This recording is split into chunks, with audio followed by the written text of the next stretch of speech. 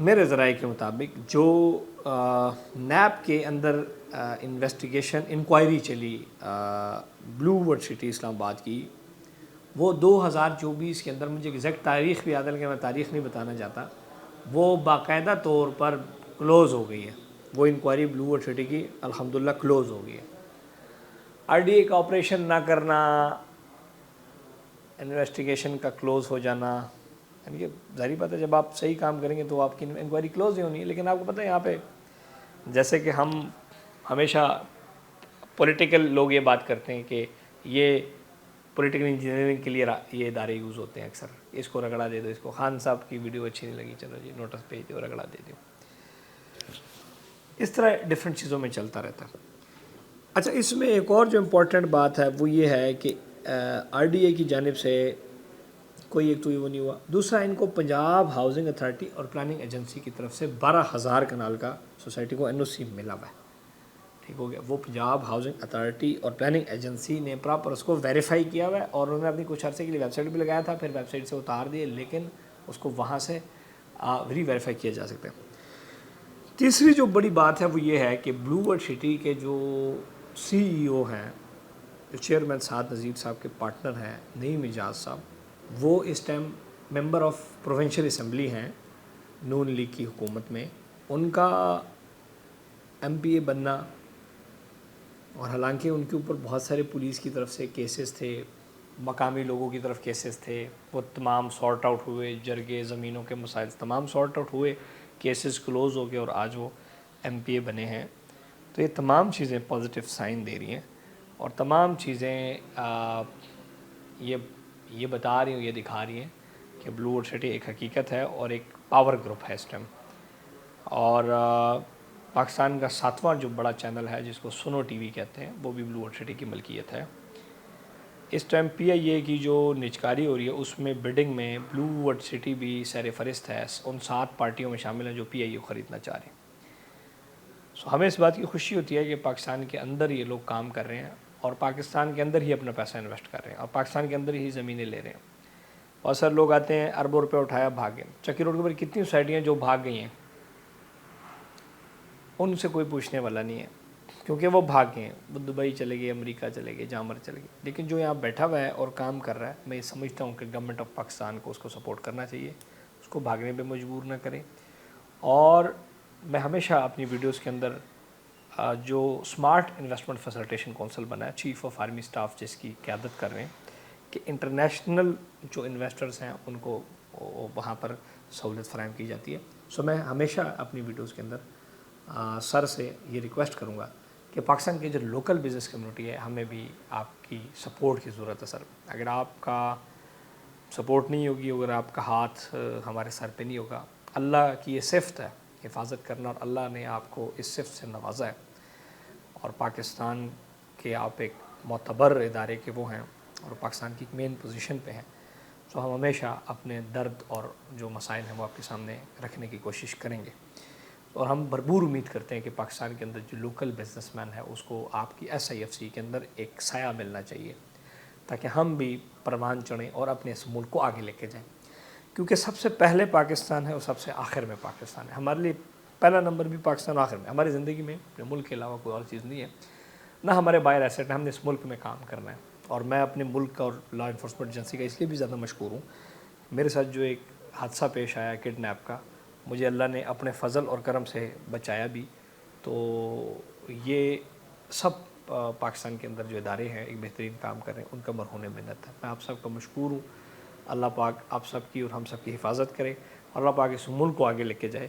یہ ملک ہے تو ہم ہیں، اور میں یہ سمجھتا ہوں کہ جتنے بھی پروجیکٹس ہیں، جو بھی اچھا کام کر رہے ہیں، اس کو این او سی دیا جائے، بجائے کہ اس کو تنگ کیا جائے، رگڑا دیا جائے، اس سے کک بیکس مانگی جائیں. اور بلکہ پیسوں کی تو بات بہت دور کی ہے، جو ذلیل کیا جاتا ہے، عزت سب سے بڑی چیز ہے. سو ہمیں عزت چاہیے، اور آپ یا کوئی بھی ادارہ ہمیں عزت دے گا. اس ملک کے جو ادارے ہیں، ہم اپنی جان بھی نچھاور کرنے کو تیار ہیں اس ملک کے اندر. پیسہ تو بہت چھوٹی چیز ہے، پیسہ تو ہم اس ملک کے اندر لگا رہے ہیں، اسی ملک سے کمائیں گے، اسی ملک کے اندر لگائیں گے. یہی مرنا ہے، یہی جینا ہے.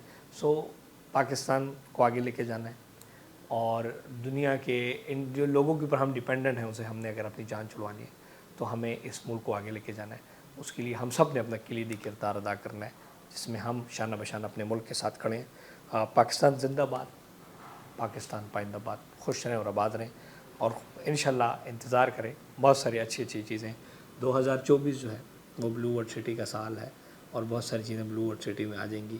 2024 میں NOC کی کبھی امکان ہے کہ NOC بھی آ جائے گا انشاءاللہ، اللہ نے چاہا۔ بہت شکریہ، خوش رہیں اور آباد رہیں، اور اپنی انویسٹمنٹس کو اس ڈاؤن فال میں ہولڈ رکھیں۔ بہتری انویسٹمنٹ بہتر ہونے جا رہی ہے، شرح سود جو بینک کے اندر وہ نیچے ہوتے جا رہے ہیں، اب لوگ ریئل پراپرٹی میں پیسے بھیجیں گے، ہو سکتا ہے گورنمنٹ کی طرف سے کوئی منسٹری بھی آ جائے۔ ڈالر جو مستحکم ہوا ہے SIFC کی کوششوں سے، جو ڈالر مستحکم ہوا ہے، اس سے بھی کاروبار ٹھیک ہو رہا ہے سلو، اور کنسٹرکشن کاسٹ بہت نیچے آ رہی ہے، اس سے بھی انشاءاللہ اس ریئل اسٹیٹ کو تقویت ملے گی، اور پاکستان کی باقی انڈسٹریز کو بھی۔ Thank you and stay blessed.